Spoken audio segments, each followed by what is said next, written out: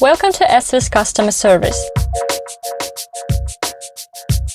To save your time and optimize repair process, we kindly ask you to follow these steps. Take damage photos. The photos should be distinct and clear. Don't forget to take a photo of VIN Plate, which is usually located in the driver's doorway.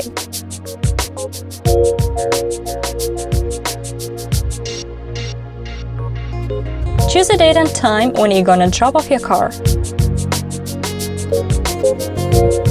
Check and fill missing information about you and your car. Finally, check out Work Authorization and sign it. That is all. Thank you for cooperation.